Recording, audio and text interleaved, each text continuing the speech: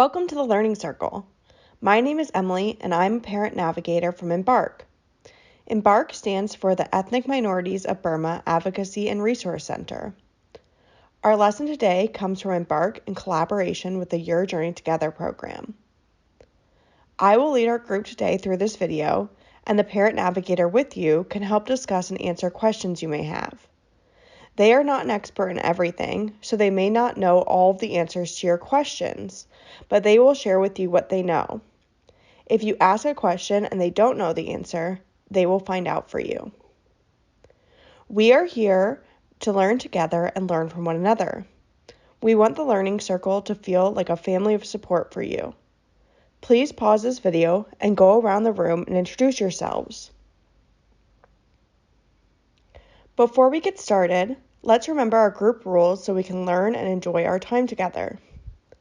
Raise one hand to speak and wait for the parent navigator to call on you.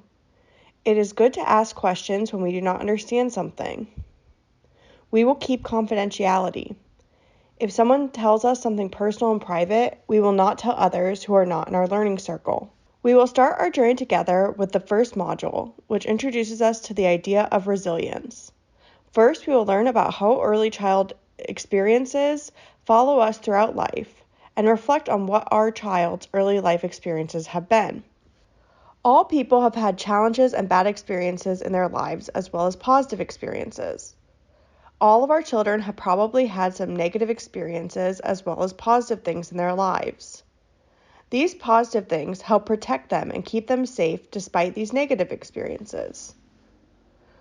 We want to focus on and build more of the positive things to help protect our children. We cannot always control what bad experiences our children are exposed to, but we can control what positive things help protect them. This little girl is off on her life journey. Look at the picture for a minute. What do you notice?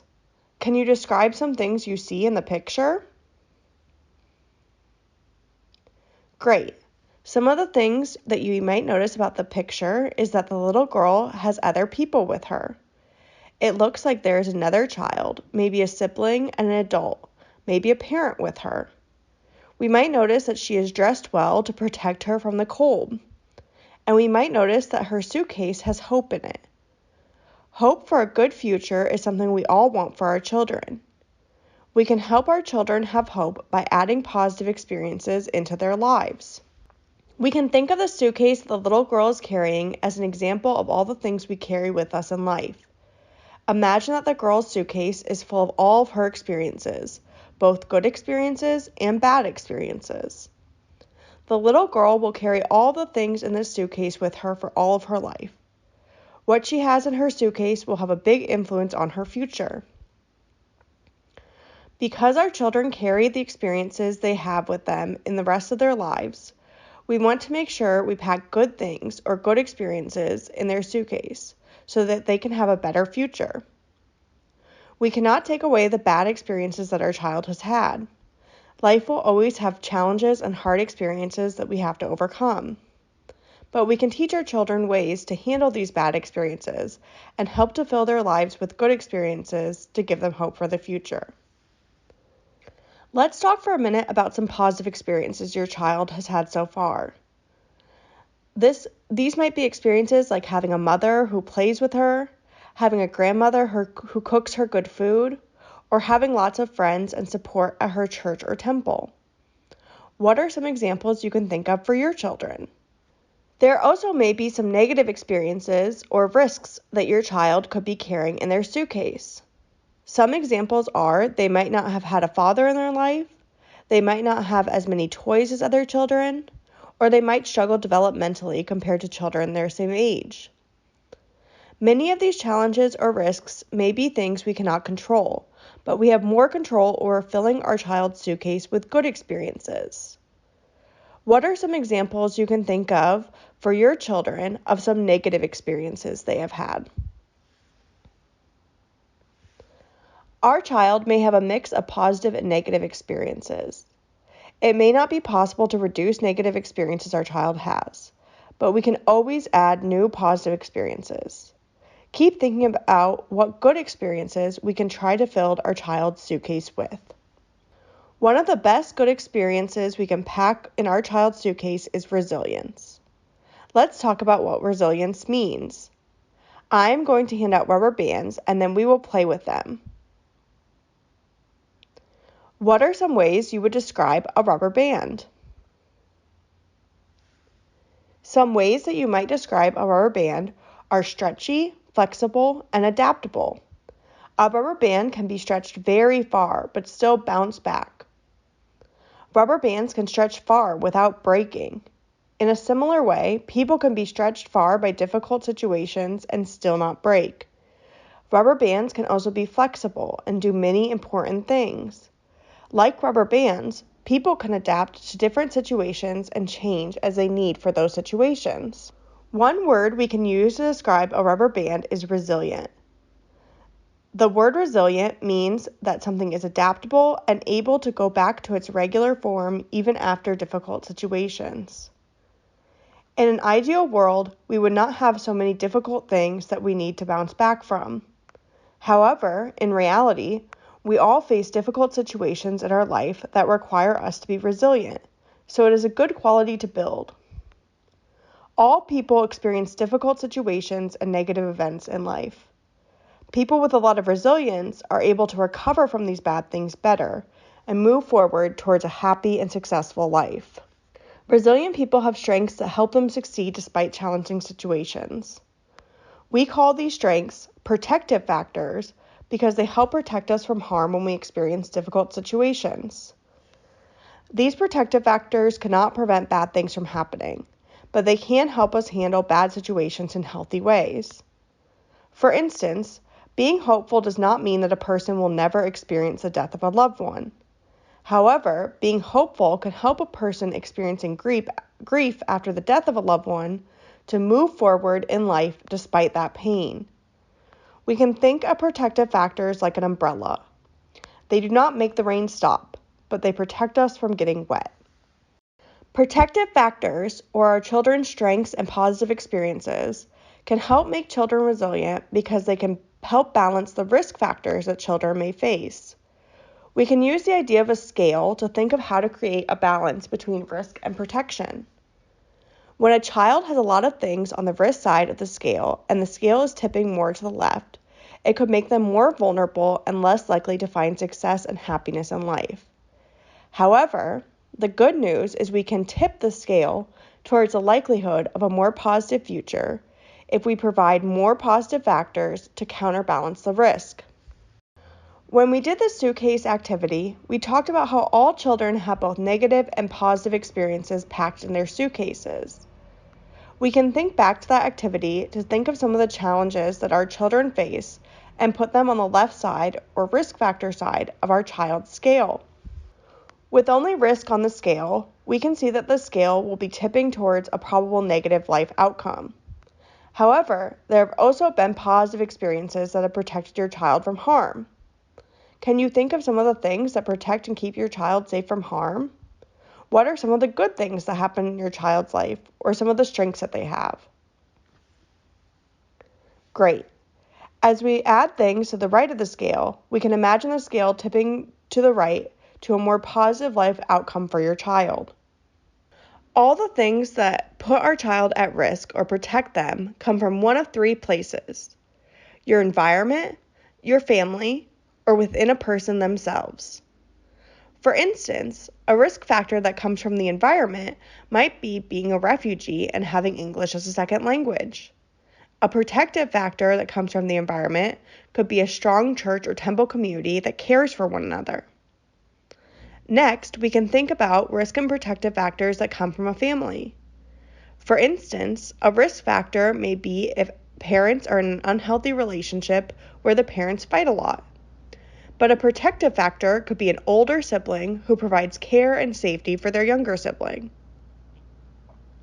Finally, risk and protective factors can come from within. For example, a risk factor may be that a child has a disability, for instance, if a child has autism. However, a protective factor might be that that child is also very creative. Remember, all the things on the right side of the scale help protect your child and are going to help him or her have a better chance of a successful and happy life. Through our journey together, I am going to help you put as many things as possible on the protection side of the scale in the areas of family, you as moms and dads, and within your child. We will help build these protective factors to help your child develop resilience. For the rest of this learning circle, we will talk about the protective factors that come from within your child. These three things are relationships, initiative, and self-regulation. We will talk about what each of these are and how children of different ages will demonstrate them. Our first protective factor is relationships. Relationships are the mutual, strong, long-lasting relationships between a child and significant adults. Relationships can be family or friends, or children can make relationships at home, at church, at school, or at other places. For an infant or toddler, relationships might be demonstrated by a child showing affection or acting happy when they see a familiar adult. They might turn to an adult for comfort or reach out to an adult with their arms. A preschooler may ask adults to play and show affection for familiar adults. They may also show trust for others and seek help from adults. We want to encourage these behaviors. Initiative is a child's ability to use independent thought and action to meet his or her needs. Initiative may also be called motivation or independence. It is how children use independent thought and action to meet their own needs. Children can show initiative by picking out their own clothes or food, or by creating new ideas for play. In an infant or toddler, the child may show initiative by expressing dislike or trying to do new things on their own. They might also show initiative by playing make-believe and trying to clean up or do other things on their own. A preschooler might demonstrate initiative by asking other children to play with them or by making decisions for themselves. They also might show initiative by focusing in on tasks that are important to them and saying positive things about the future. Again, we want to encourage our children to express initiative and be independent. Our third protective factor is self-regulation.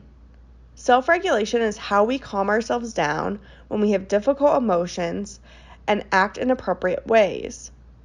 Some of our children may be too young to practice self-regulation. Older children may show self-regulation by calming down after a tantrum or by using play to behave well in a boring situation. We practice self-regulation when we express our feelings to our friends and family. Or we practice self-regulation when we control our behavior to act in ways that don't harm ourselves or others. How much a child can self-regulate differs a lot by age, as an infant or toddler cannot be expected to self-regulate in the same way that an adult or even a preschooler can. A toddler shows self-regulation by calming themselves or adjusting to changes in their routine. They also show self-regulation by handling frustration.